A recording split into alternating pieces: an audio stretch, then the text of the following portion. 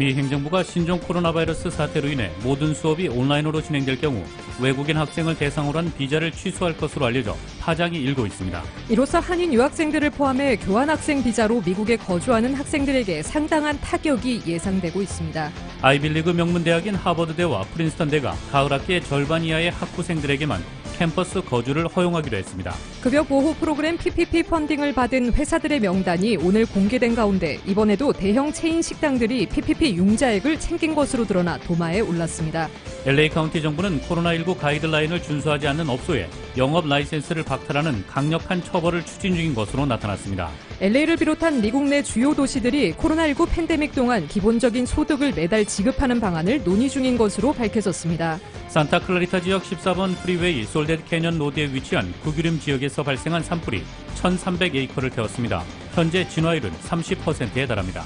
LA 카운티 보건당국이 산타클라리타 지역에서 1,300에이커를 태운 솔데드 산불로 인해 대기 오염이 심각한 수준이라며 주의를 당부했습니다. 미국 내 최근 코로나19 감염이 확산하고 있는 플로리다주 등 남부에서는 경제 활동을 다시 폐쇄하는 지자체가 잇따르고 있습니다. 지난 독립기념일 주말 동안 LA 카운티의 코로나 바이러스 신규 확진자 수가 급격히 증가한 것으로 드러났습니다. 미국의 신종 코로나 바이러스 감염증 재확산 속에 확진자가 급증한 지역에서 트럼프 대통령의 지지율이 하락하고 있는 것으로 나타났습니다. 세계 최대 소셜미디어 페이스북이 홍콩 정부의 이용자 정보 제공을 중단한다고 발표했습니다. 뉴욕 증시에서 주요 지수는 미국 경제 지표 개선과 중국 증시의 큰 폭 상승 등에 힘입어 상승 마감했습니다. LA 지역 내일 맑은 날씨 보입니다. LA 지역의 내일 낮 최고 기온 84도, 밤 최저 기온 64도입니다. 이상은 이 시간 주요 뉴스입니다. 이 시간 주요 뉴스는 품격은 퍼스트 클래스, 가격은 비즈니스, 아시아나 비즈니스 스위트로 퍼스트의 편안함을 누리십시오. 아시아나 항공 제공입니다. 애청자 여러분 안녕하십니까? 조희정입니다. 안녕하십니까? 이균우입니다. 2020년 7월 6일 월요일 라디오 서울 이브닝 뉴스 1부입니다.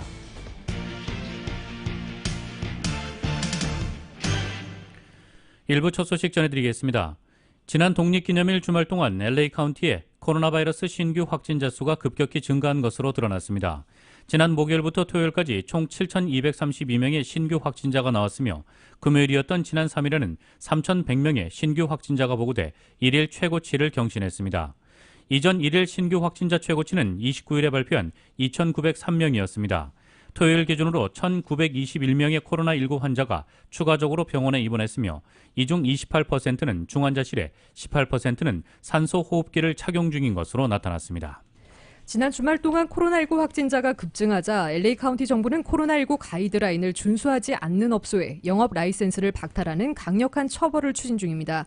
LA 카운티는 내일 열리는 슈퍼바이저 위원회 미팅에서 이 조례안을 선보일 예정입니다. 조례안은 코로나19 가이드라인을 지키지 않는 업소에게 벌금을 부과하고 가이드라인을 계속 위반할 경우 업소의 영업 면허를 박탈하는 내용을 골자로 하고 있습니다. 또한 바바라 페러 LA 카운티 보건국장은 재영업에 들어간 업소들이 가이드라인을 지키지 않아 코로나19 확산이 이어질 경우 스테이앳홈 행정명령 재개 등 특단의 조치가 내려질 수도 있다고 경고했습니다. 비즈니스 영업을 재개한 후 젊은 층의 코로나19 확산이 심각해진 것으로 드러났습니다. 바바라 페러 LA 카운티 보건국장은 현재 상황은 몇 주 전보다 훨씬 심각한 상태라면서 확진자 수가 늘어나고 병원 입원자 수가 늘어나고 있다고 전했습니다. 특히 신규 확진자 중 50% 이상이 18세 이상, 40세 이하로 젊은 층으로 이는 락다운으로 집에만 머물러 답답했던 젊은이들이 규제가 풀리자 식당이나 피트니스 센터 등으로 몰리면서 초래된 것으로 보이고 있습니다. 코로나19 팬데믹 후 수많은 일자리가 없어지거나 휴직 상태이고 이로 인해 LA시 경제에도 큰 타격이 있는 것으로 나타났습니다. 론 갈페린 LA시 컨트롤러는 지난달 발표한 코로나19 일자리 보고서에서 코로나19로 인한 행정명령 이후 LA시에서 26만 8천 개의 일자리가 없어졌다고 보고했습니다. 6일 발표한 보고서에 따르면 스테이앳홈 행정명령 완화와 경제 회복을 위한 점진적 비즈니스 오픈으로 인해 LA시에 1만 6천 개의 일자리가 복구됐지만 여전히 코로나19 팬데믹으로 인해 25만 2천 개의 일자리가 사라졌거나 복원되지 않은 것으로 나타났습니다. 갈페린 컨트롤러는 비록 LA시의 실업률이 20%가 넘어가지만 일자리가 조금씩 복귀하는 긍정적 신호가 보이고 있다면서도 아직까지 흑인과 라티노 가정, 이민자들, 저소득층들은 코로나19 이후 경제적 회복이 절실하다고 지적했습니다. 3개월 전 코로나 바이러스 확진 판정으로 한쪽 다리를 절단했던 브로드웨이 배우 닉 콜데로가 결국 코로나 바이러스와 사투 끝에 사망했습니다. 향년 41세입니다. 닉 콜데로의 아내는 그동안 소셜미디어를 통해 다리절단, 폐 이식 등 콜데로의 상태에 대해 업데이트를 해왔는데 어제 이제 우리 남편은 천국에서 천사들과 함께 있다. 사랑하는 가족들 앞에서 숨을 거뒀다라며 남편의 사망 소식을 전했습니다. 닉 콜데로는 인기 TV쇼 글리 등을 통해 이름을 알렸습니다. 산타클라리타 지역 14번 프리웨이와 솔데드 캐년 로드에 위치한 구교림 지역에서 발생한 산불이 오늘 오후 현재 1,300에이커를 태웠습니다. 어제 오후 3시 30분경 발생한 산불은 고온 건조한 날씨와 강풍으로 14번 프리웨이를 따라 급속히 확산됐습니다. 현재 소방관 400여 명이 투입돼 진화 작업을 진행 중이며 진화율은 현재 30%입니다. 주택을 포함해 건물 5천여 채가 산불 위협에 놓였으며 오늘 한때 250여 가구에 대피령이 내려졌다. 오후 현재 대피령은 해제된 상태입니다. 현재까지 인명피해는 보고되지 않았으며 5개 별채 2채가 전소됐습니다. 소방당국은 어제 화재 현장 인근에서 불법 폭죽놀이가 있었다는 주민들의 신고를 받고 이번 산불이 불법 폭죽에 의한 산불인지 여부를 확인 중입니다. LA 카운티 보건당국이 산타클라리타 지역에서 1,300에이커를 태운 솔데드 산불로 대기 오염이 심각한 수준이라며 주민들에게 주의를 당부했습니다. 보건국은 현재 바람 방향으로 인해 산불로 인한 대기 오염이 어느 방향으로 진행되는지 정확히 알 수는 없지만 LA 카운티에도 큰 영향을 미칠 것으로 보인다면서 어린이나 노약자, 폐, 기저질환이 있는 사람은 더 주의해야 한다고 경고했습니다. 불은 작은 분자들로 이루어져 있는데 이 분자들이 사람의 호흡기로 침투했을 때 심하면 호흡 곤란이나 가슴 통증을 야기할 수 있습니다.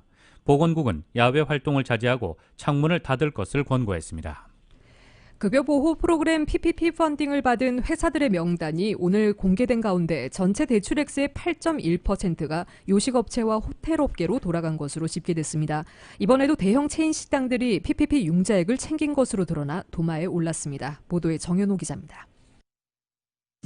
재무부가 6일 급여보호 프로그램 PPP 펀딩을 받은 66만 개 회사와 비영리 단체의 명단을 공개했습니다.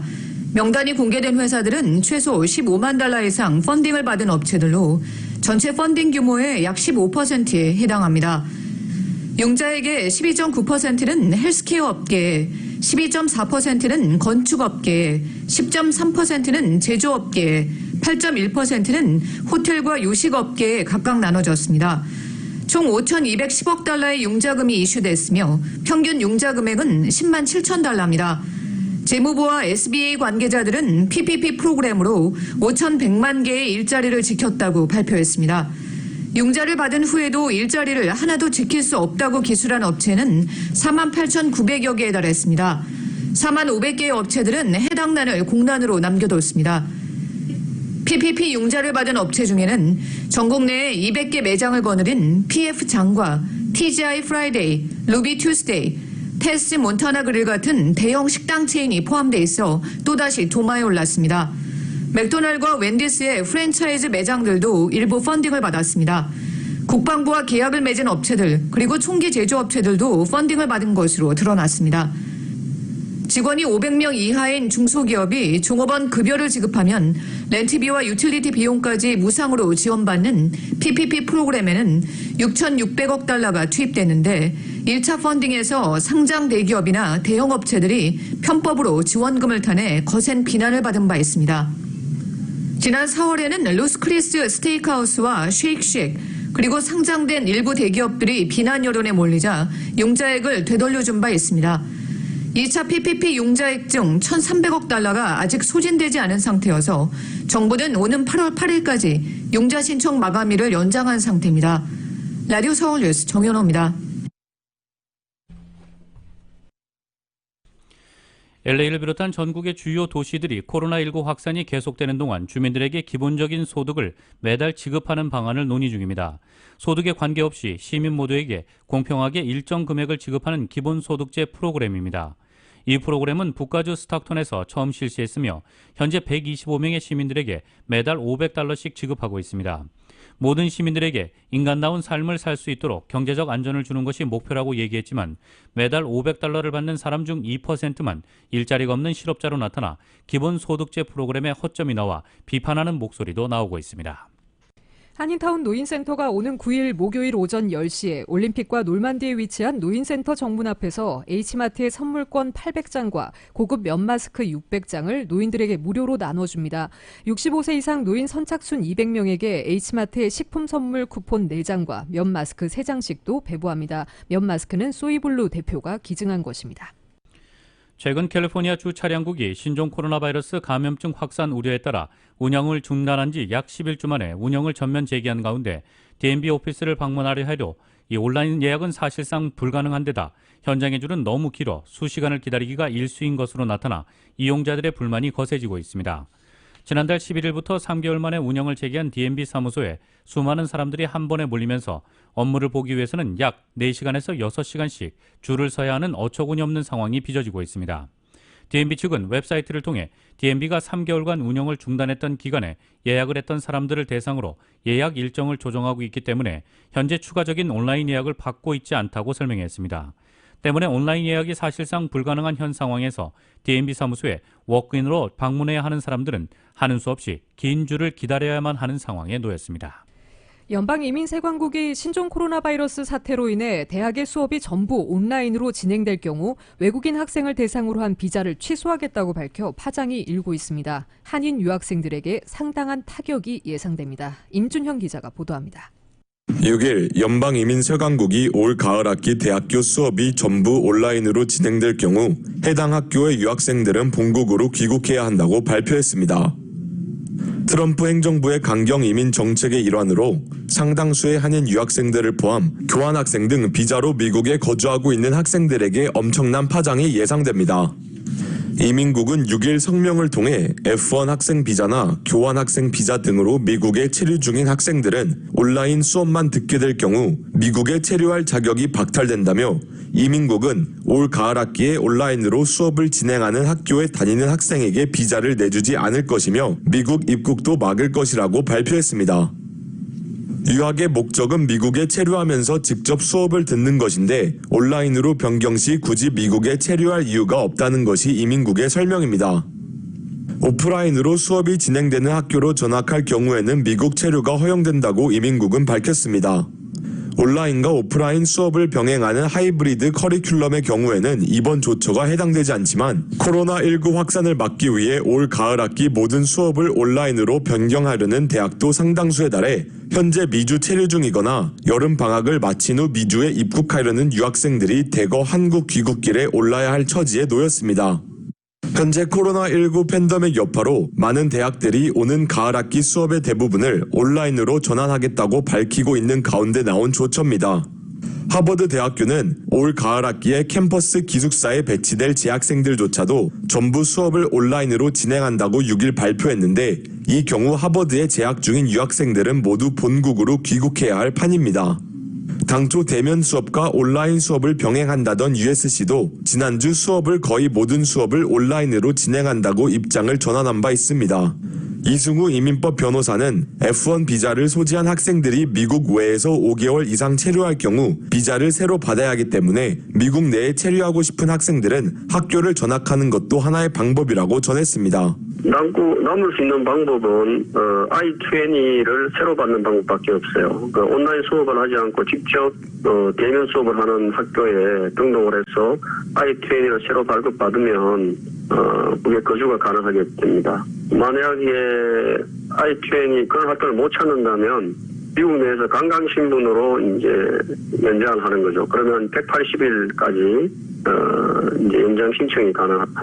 현재 코로나19로 여행과 입국이 금지된 나라들이 있는데 해당 국가 출신 학생들은 모국에 귀국할 수도 없고 미주에 체류할 수도 없어 국제 비하가 될 수 있다며 이민국이 발표한 법안에 사각지대가 있다는 것을 지적했습니다. 라디오 서울 뉴스 임준현입니다. 아이빌리그 명문대학인 하버드대와 프린스턴대가 가을 학기에 절반 이상의 학부생에게만 캠퍼스 거주를 허용하기로 했습니다. 신종 코로나 바이러스 감염증 전염을 우려해 철저한 방역 조처를 하는 것은 물론 거의 모든 수업은 온라인으로 진행할 예정입니다. 하버드대는 신입생 전원을 포함해 물리대 학부생 인원의 최대 40%까지만 9월 2일부터 시작하는 가을 학기에 캠퍼스로 불러들인다고 밝혔습니다. 상급생들은 집에 원격 수업을 위한 장비가 부족하거나 가정 환경에 문제가 있을 경우에만 캠퍼스 거주를 신청할 수 있습니다. 신입생들을 포함해 캠퍼스 거주가 허용된 학부생들은 사흘에 한 번씩 코로나19 진단검사를 받아야 하고 1인 침실을 각각 배정받습니다. 도서관은 계속 폐쇄되며 외부인의 기숙사 방문도 금지됩니다. 프린스턴대도 이날 2020에서 2021 학년 동안 캠퍼스 거주 인원을 절반으로 제한한다고 밝혔습니다. 가을 학기에는 1학년과 3학년 학부생이, 내년 봄 학기에는 2학년과 4학년 학부생이 각각 캠퍼스로 들어옵니다. 프린스턴대는 다수의 사교와 오락 활동을 허가하지 않거나 강도 높게 규제할 것이라면서 파티는 금지된다고 밝혔습니다. 앞서 예일대도 다음 학기 대부분의 수업을 온라인으로 진행하고 일부 학부생이나 대학원생에게 학교 복귀와 기숙사 입주 등에 대한 선택권을 줄 예정이라고 밝혔습니다. 미국의 신종 코로나 바이러스 감염증 환자 수가 300만 명을 넘어섰습니다. 월드오미터는 미국의 코로나19 누적 환자 수를 300만 7,237명으로 집계했습니다. 누적 사망자 수는 13만 2,704명으로 집계했습니다. 환자 수 300만 명은 단일 국가에서 나온 코로나19 감염자로는 가장 많은 것이지만 이 인구조사국이 추정하는 미국 전체 인구의 약 1%에 해당하는 것입니다. 이로써 미국은 지난 1월 20일 워싱턴주 시애틀에서 첫 코로나19 감염자가 나온 지 168일 만에 환자 수가 300만 명을 넘기게 됐습니다. 첫 환자 발생 뒤 100만 명을 넘길 때까지는 석 달 남짓이 걸렸으나 이후 40여일 만에 200만 명을 넘었고 다시 한 달 만에 100만 명이 추가됐습니다. 다만 존스홉킨스 대학은 미국의 코로나19 확진자 수를 291만 23명, 사망자 수를 13만 90명으로 집계했습니다. 하루 신규 환자가 3만 6천 명에 달하는 등 4월 중하순 정점에 올랐던 미국의 코로나19 확산 추세는 자택 대피령과 기업체, 점포 폐쇄 등 강도 높은 억제책으로 이후 하루 신규 환자가 1만 7천 명 선까지 떨어지며 기세가 꺾이는 양상을 보였습니다. 그러다 지난달 19일 다시 3만 명 선을 넘긴 하루 신규 환자는 지난달 26일 4만 5,300명으로 4만 명을 돌파했습니다. 이어 이달 1일에서 3일에는 5만 1,200명, 5만 4,500명, 5만 2,100명으로 사흘 연속 5만 명을 넘겼습니다. 이미 4월의 정점 수준을 상회해 코로나19가 더 가파르게 확산되는 추세입니다. 미국 내에서 최근 코로나19 감염이 확산하고 있는 플로리다주 등 남부에서는 경제 활동을 다시 폐쇄하는 지자체가 잇따르고 있습니다. 최대 확산지였던 뉴욕주는 입원자와 사망자 수가 최저치로 떨어지는 등 상황이 호전되고 있습니다. YTN의 보도입니다. 감염 환자가 20만 명을 넘어선 미국 플로리다주. 지난 4일에는 급기야 하루 환자가 11,458명으로 집계되면서 뉴욕주의 기록을 넘어섰습니다. 상황이 이렇자 마이애미 데이드 카운티는 8일부터 경제활동 재개를 되돌리기로 했습니다. 식당과 체육관, 피트니스 센터, 연회시설, 파티장 등의 문을 닫기로 한 겁니다. If that's going to help to stop spreading a virus, then they should close it. But I think that they don't know what's going on with this virus. 텍사스주도 2개 카운티는 병원 수용 능력을 이미 초과할 정도로 비상입니다. 샌 안토니오 시장은 일주일 뒤 병상과 중환자실이 꽉 찰 것이라고 우려했습니다. 오스틴시는 자택 대피령 발령도 다시 고려하기로 했습니다. 먼저 정점을 겪은 뉴욕주 등 동북부는 상황이 났습니다. 뉴욕주는 이번 환자 수가 817명, 하루 사망자가 9명까지 떨어져 최저치를 기록했습니다. 앤드루 쿠오모 주지사는 코로나19를 인정하는 게 먼저라고 도널드 트럼프 대통령에게 일침을 가했습니다. Mr. President, don't be a co-conspirator of COVID. Do one simple thing. Acknowledge to the American people that COVID exists. It is a major problem. 하지만 트럼프 대통령과 백악관은 현실을 외면하고 자화자찬만 늘어놓고 있습니다. But the case rate, fatality rate in this country vis-a-vis other European countries is much lower than, let's say, France and Italy. And what that speaks to is the great work of this administration with therapeutics and remdesivir. 국가 차원의 지도력 부재로 미국의 상황은 지자체 지도자에 따라 극명하게 엇갈리고 있습니다. 워싱턴에서 YTN 강태욱입니다. 미국이 신종 코로나 바이러스 감염증의 확산으로 자유낙하하고 있다는 보건 전문가들의 지적이 나왔습니다. 매사추세츠주 제너럴 호스피털의 로셜 웰렌스키 박사는 우리는 자유낙하하고 있다며 사람들은 자기 행동의 영향에 대해 순진하거나 아니면 단순히 무시하기로 체념한 것이라고 말했습니다. 코로나19가 가파르게 확산하는데도 독립기념일 연휴였던 주말 새 사람들이 해변에 빽빽하게 모여있는 장면을 가리키며 한 말입니다. 웰렌스키 박사는 최근 미국에서 하루 코로나19 신규 환자가 5만 명 넘게 나온 점을 지적하며 그들이 젊은이들이라면 그중 500명이 사망할 수 있고 그들이 나이 든 사람이라면 그중 7,500명이 죽을 수 있다고 말했습니다.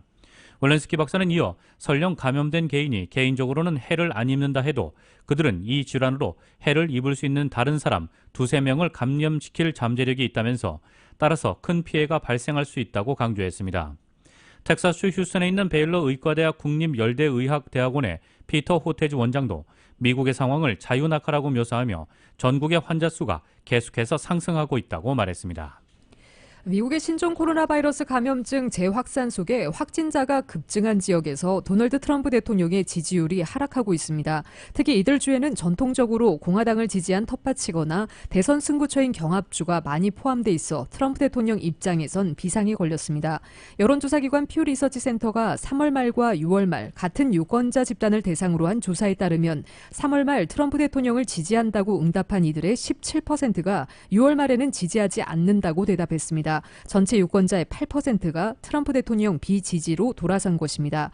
이런 변화는 민주당 지지층과 공화당 지지층, 남녀, 대졸자와 대졸 미만 사이에 거의 똑같이 나타났고 코로나19 감염자가 많은 카운티, 즉 미 행정구역의 이 한 단위인 카운티 거주자는 지지하지 않는다고 응답할 가능성이 50%나 더 높았습니다.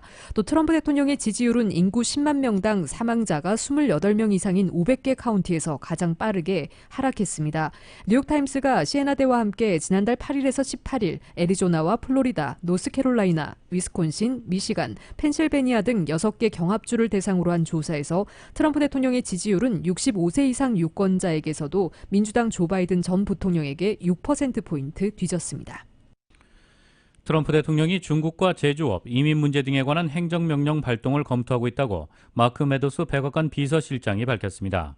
메도스 실장은 팍스뉴스 인터뷰에서 이번 주부터 시작해 행정명령을 보게 될 것이라며 의회가 행동하지 않을 때 오벌 오피스에서 실제로 업무가 진척되는 것을 보게 될 것이라고 말했습니다. 메도스 실장은 우리는 많은 행정명령을 갖고 있다며 중국을 어떻게 다룰지, 노동자를 지원하기 위해 해외에서 제조업을 어떻게 회귀시킬지 등을 살펴보고 있다고 말했습니다. 트럼프 대통령은 미국의 노동자들을 우선시하기 위해 중국과의 제조업 관계에 대해 검토할 것이라고 그는 부연했습니다. 메도스 실장은 또 우리는 이민, 처방약 가격과 관련된 여러 가지 문제를 검토할 것이라며 의회가 그것들을 처리하지 못했을 때 우리는 그걸 처리할 것이라고 말했습니다.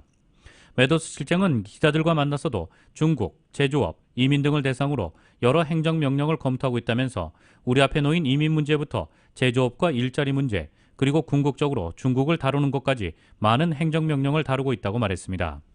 미국은 신종 코로나 바이러스 감염증 사태 이후 경제 재개에 속도를 내면서 제조업 생산 기지를 본국으로 회귀하는 리쇼어링을 강조해왔습니다. 특히 중국에 의존해온 공급망 비중을 낮추고 자국 근로자의 일자리를 늘리기 위한 탈중국 방침에 따라 세제, 보조금 혜택 등을 고려해왔습니다. 뉴욕 센트럴파크에서 개목줄을 재워달라고 요청한 흑인 남성을 오히려 내 목숨을 위협한다며 경찰에 허위 신고한 백인 여성이 검찰에 기소됩니다. 맨해튼 지방검찰청은 오늘 백인 여성 에이미 쿠퍼를 A급 경범죄에 해당하는 허위 신고 혐의로 기소한다고 밝혔습니다. A급 경범죄는 최대 징역 1년까지 선고될 수 있습니다. 사이러스 펜스 주니어 맨해튼 지검장은 오늘 기소 절차를 시작했다며 이런 행동을 저지른 사람에게 반드시 책임을 물을 것이라고 말했습니다. 에이미 쿠퍼는 메모리얼데이였던 지난 5월 25일 반려견에 목줄을 채우지 않고 센트럴파크를 산책하다가 흑인 남성과 실랑이를 벌이는 장면이 동영상으로 공개돼 소셜미디어에서 공분을 일으켰습니다. 백인 여성이 정당한 요청을 한 흑인 남성에게 목숨을 위협했다고 누명을 씌우려 한 장면이 소셜미디어에서 공개되면서 미국 사회에 큰 파장이 일었습니다. 이후 파장이 커지자 에이미 쿠퍼는 자신의 행동을 공개 사과했지만 직장인 프랭클린 템플턴 자산 운용사에서는 해고당했습니다. 트럼프 대통령은 인종차별 의혹을 제기했던 흑인 레이서와 그의 주장에 동조한 미국 최대 자동차 경주대회인 나스카 측을 비난했습니다. 트럼프 대통령은 트위터 계정에 글을 올려 부바 월리스가 그의 편에 서서 그를 위해 모든 것을 기꺼이 희생하려 했던 모든 위대한 나스카 드라이버들과 관련 관리들에게 사과했는가라며 윌리스가 주장했던 것은 단지 또 하나의 거짓이었다고 말했습니다. 지난달 21일 나스카의 유일한 흑인 풀타임 레이서인 윌리스의 경주장 차고에서 올가미가 발견돼 연방수사국이 수사에 착수했습니다. 올가미는 과거 이 1900년대 백인 우월주의의 집단이 흑인을 처형할 때 사용했던 도구로 조지 플로이드 사망 이후 인종차별 철폐 시위가 벌어지자 미국에서 일부 잇따라 발견돼 당국이 증오범죄 여부를 수사해왔습니다. 또 웰리스는 일각에서 인종차별의 상징으로 여겨지는 과거 미 남부연합군 깃발 사용을 금지해야 한다고 주장했으며 나스카는 그의 주장에 동조해 깃발 사용을 금지했습니다. 올가미 사건과 관련해 FBI는 적어도 지난해 10월부터 착오문을 내리기 위해 밧줄이 걸려 있었고 증오범죄는 아니라는 판단을 내렸다고 AP는 전했습니다. 다만 나스카 측은 누가 웰리스의 차고에 올가미를 설치했는지, 올가미가 어떻게 그의 차고에 오게 됐는지 조사 결과 밝혀지지 않았다고 말했습니다. 세계 최대 소셜미디어 페이스북이 홍콩 정부의 이용자 정보 제공을 중단한다고 발표했습니다. 지난 1일부터 시행된 홍콩 보안법의 부정적 파문이 국제사회에서 이어지는 모양새입니다. KBS의 보도입니다. 페이스북은 성명을 통해 홍콩 정부와 법 집행기관이 요청해도 페이스북과 왓츠앱은 당분간 이용자 정보를 제공하지 않겠다고 발표했습니다. 왓츠앱은 페이스북의 자회사인 모바일 메신저입니다. 페이스북은 중국이 제정한 홍콩 보안법에 대해 추가적인 평가를 마칠 때까지 이번 중단 조치는 이어질 것이라고 못 박았습니다. 홍콩 시민들의 저항에도 불구하고 중국이 시행한 홍콩 보안법은 국가 분열과 국가 정권 전복, 테러활동, 외국 세력과의 결탁 등 4가지 범죄를 최고 무기징역형으로 처벌할 수 있도록 규정하고 있습니다. 뿐만 아니라 국가보안처는 법원의 수색 영장 없이도 건물과 차량 등을 수색할 수 있도록 하고 있어 반인권적이라는 비판이 일었습니다. 인권단체들은 페이스북과 왓츠앱과 같은 거대 기업이 민주주의와 표현의 자유를 위해 홍콩 보안법에 저항하는 것은 대단한 뉴스라고 높이 평가했습니다. 한편 홍콩 교육부는 일선 학교에 홍콩 보안법을 위반하는 내용을 담은 책은 폐기하라고 지시했습니다. 또 조시아 윙 등 홍콩 민주화 운동가들이 쓴 책이 도서관에서 대출이 금지되는 등 일종의 사상 검증이 진행되고 있는 것으로 알려졌습니다. KBS 뉴스 이동환입니다. 한국 소식 전해드리겠습니다. 지난주 국토부 장관을 호출해 부동산 정책을 직접 챙기고 나선 문재인 대통령이 부동산 문제를 최고의 민생 과제로 꼽으면서 곧 추가 대책을 내놓겠다고 말했습니다. 정부 대책이 효과를 내려면 신속한 후속 입법이 중요하다며 국회에 협조를 당부했습니다. YTN의 보도입니다. 지금 최고의 민생 과제는 부동산 대책입니다. 치솟은 집값으로 여론이 들끓는 가운데 문재인 대통령이 강력한 대책을 추진할 뜻을 거듭 밝혔습니다. 부동산 투기 억제, 실수요자 보호, 서민과 청년의 주거 안정을 목표로 내걸었습니다. 지난해 12.16 대책에 이어 6.17 대책이 나온 지 한 달도 안 된 가운데 추가 대책 계획도 언급하며 국회에 협조를 요청했습니다. 곧 내놓을 정부의 추가 대책까지 포함하여 국회에서 신속히 입법으로 뒷받침해 주어야 실효를 거둘 수 있습니다. 문 대통령은 지난주 김현미 국토교통부 장관을 따로 불러 보고받을 때도 필요하다면 언제든지 추가 대책을 만들어야 한다고 강조했습니다. 생애 최초 구입 지원과 투기성 보유자 부담 강화, 공급 물량 확대 등의 정책 방향도 지시했습니다. 문 대통령이 부동산 문제를 직접 지휘하고 나선 데는 부동산 시장 불안으로 주요 지지층인 30, 40대를 포함해 민심 위반이 심상치 않다는 우려도 깔려 있습니다. 올 초부터 부동산 투기를 뿌리 뽑겠다는 의지를 보였지만 성과는 나타나지 않았다는 평가입니다. 정부는 지금의 대책이 뭔가 조금 시효를 다했다라고 판단되면 또 보다 강력한 대책 끝없이 내놓을 것입니다. 문 대통령의 지시에 따라 정부 여당은 이번 주 안에 추가 부동산 대책을 발표한다는 목표입니다. 잡히지 않는 집값, 청와대 참모들을 포함한 공직자들의 다주택 보유 논란 등으로 불신이 팽배한 가운데 새로 발표될 대책이 신뢰를 회복하는 계기가 될지 주목됩니다. YTN 김도훈입니다. 스티브 비건 미 국무부 부장관이 오늘 방한에 사흘 동안 머무를 예정입니다. 북한이 새로운 판을 강조한 가운데 북미 대화의 물꼬가 트일 수 있을지 관심입니다. YTN의 보도입니다. 스티븐 비건 미국 국무부 부장관은 오늘 오후 군용기로 오산 공군기지에 도착할 예정입니다. 2박 3일 방한 동안 정부 고위 당국자들과 잇따라 만납니다. 먼저 외교부에서 강경화 장관과 카운터파트인 조세영 1차관, 이도훈 한반도 평화교섭 본부장을 차례로 만나고 이후 청와대 서훈 외교안보실장을 비롯해 최근 개편된 외교 안보 라인과도 인사를 나눌 걸로 보입니다. 비건 부장관은 지난해 12월 때처럼 대북 메시지를 발신할 예정인데 판문점 북미 접촉 가능성은 작아 보입니다. 관심은 이번 방문이 3차 북미 정상회담을 포함한 북미 대화 여건을 조성할 수 있느냐입니다. 비건 부장관 방한을 사흘 앞두고 북측 카운터파트인 최선희 외무성 제1부상이 나섰습니다. 최 제1부상은 북미 회담을 도구로 여기는 미국과 마주 앉을 필요가 없다며 가능성을 일축하면서도 10월 서프라이즈로 거론되는 비핵화 조치와 조건부 제재 완화, 판을 새롭게 짤 용단 등을 거론하며 사실상의 협상 가이드라인을 내놨습니다. 하노이 노딜 여파와 미국 대선 일정으로 양측의 조심성이 높아졌지만 강론에서 서로 무엇을 원하는지 알고 있다는 점에서 협상 가능성이 아예 없는 건 아닙니다. 북한과 미국은 서로 원하는 것을 잘 알고 있고 특히 북한의 시장종군과 관련된 한미 군사훈련 중단이라든지 북한의 발전과 관련된 대북 제재 완화에 대한 미국의 어느 정도 담보가 있다면은 언제든지 북미 간의 대화 가능성은 열린 것으로 분석합니다. 이 밖에 논란이 되고 있는 한미 워킹그룹의 운영 방향과 주한미군 한국인 근로자 임금 문제가 일시 해결되면서 논의가 멈춘 방위비 분담금 협상도 의제가 될 걸로 예상됩니다. YTN 장하영입니다.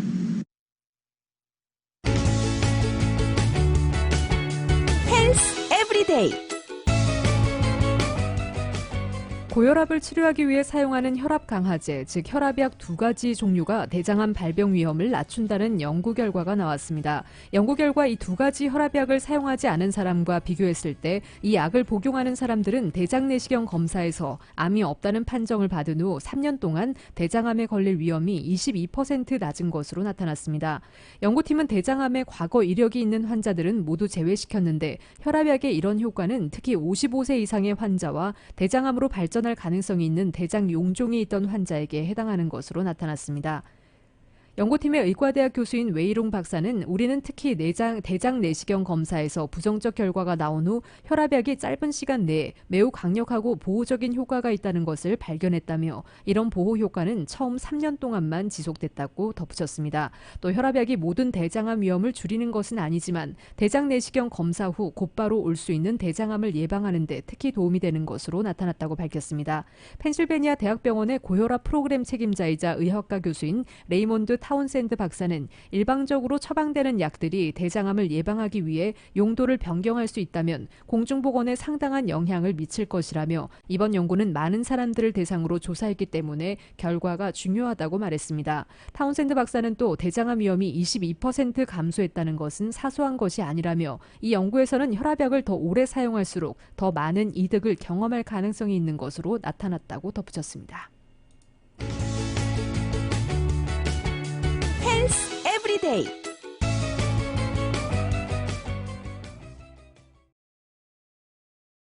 뉴욕 증시에서 주요 지수는 미국 경제 지표 개선과 중국 증시의 큰 폭 상승 등에 힘입어 올랐습니다. 뉴욕 증권거래소에서 다우 지수는 전장보다 459.67포인트, 1.78% 상승한 26,287.03의 거래를 마쳤습니다. S&P 500 지수는 전장보다 49.71포인트, 1.59% 오른 3,179.72에 기술주 중심의 나스닥 지수는 226.02포인트, 2.21% 급등한 1,433.65에 장을 마감했습니다. 나스닥은 사상 최고치 행진을 이어갔습니다. 양호한 경제 지표도 주가 상승을 뒷받침했습니다. 업종별로는 유틸리티가 1.28% 하락한 것을 제외하고 전 업종이 올랐습니다. 뉴욕 증시 전문가들은 최근 코로나19 확산에도 전면적인 봉쇄 가능성은 작다는 기대를 표했습니다.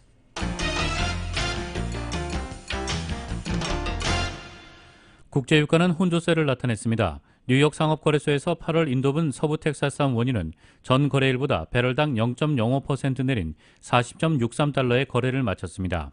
런던 ICE 선물거래소의 6월물 브렌트유는 현재 배럴당 0.70% 오른 43.10달러에 거래되고 있습니다. 국제유가는 일부 경제지표 개선과 미국 내에서의 신종 코로나 바이러스 감염증 재확산 사이에서 제한적인 움직임을 보였습니다. 국제 금값은 올랐습니다. 뉴욕 상품거래소에서 8월 인도분 금은 전 거래일보다 온스당 0.2% 상승한 1,793.50달러를 기록했습니다. 미국 내 신종 코로나 바이러스 감염증 재확산에 글로벌 투자은행인 골드만삭스가 미국의 경제 성장률 전망치를 하향 조정했습니다. 오늘 CNBC 방송 등에 따르면 골드만삭스는 올해 3분기 미국의 국내 총생산 GDP 증가율 전망치를 기존 33%에서 25%로 낮췄습니다. 골드만삭스는 이에 따라 미국의 올해 전체 GDP 증가율 전망치도 기존 마이너스 4.2%에서 마이너스 4.6%로 하향했습니다.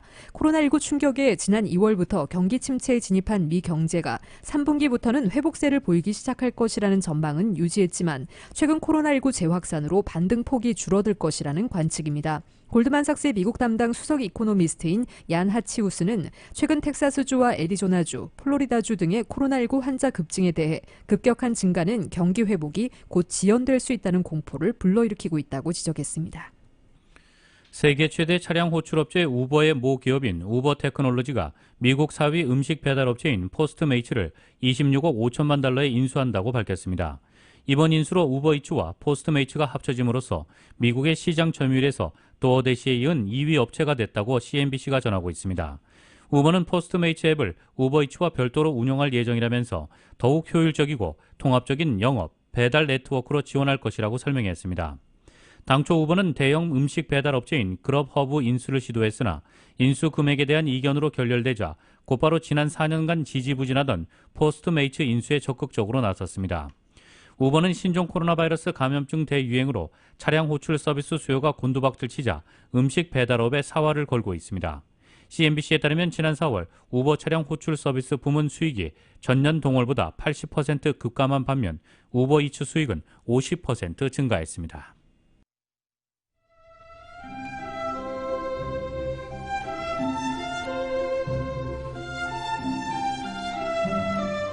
7월 6일 월요일 오늘 밤과 내일 날씨입니다. 이번 한 주 남가주 맑고 건조한 날씨 이어지겠습니다. 낮 기온도 평년 기온을 웃돌면서 본격적인 여름 날씨를 보일 것으로 예상되고 있습니다.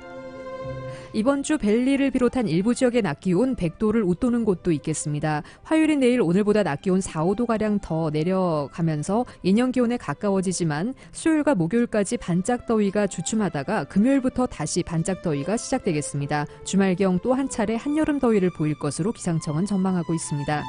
LA 한인타운의 내일 낮 최고 기온 85도, 밤 최저 기온 64도입니다. 오렌지 카운티 지역 88도, 64도, 벨리와 인랜드 엠파이어 지역 93도, 58도, 해안 지역의 낮 최고 75도, 밤 최저 63도입니다. LA 지역 오늘 밤 5에서 10마일대 바람이 불겠고 밤 최저 기온 65도입니다.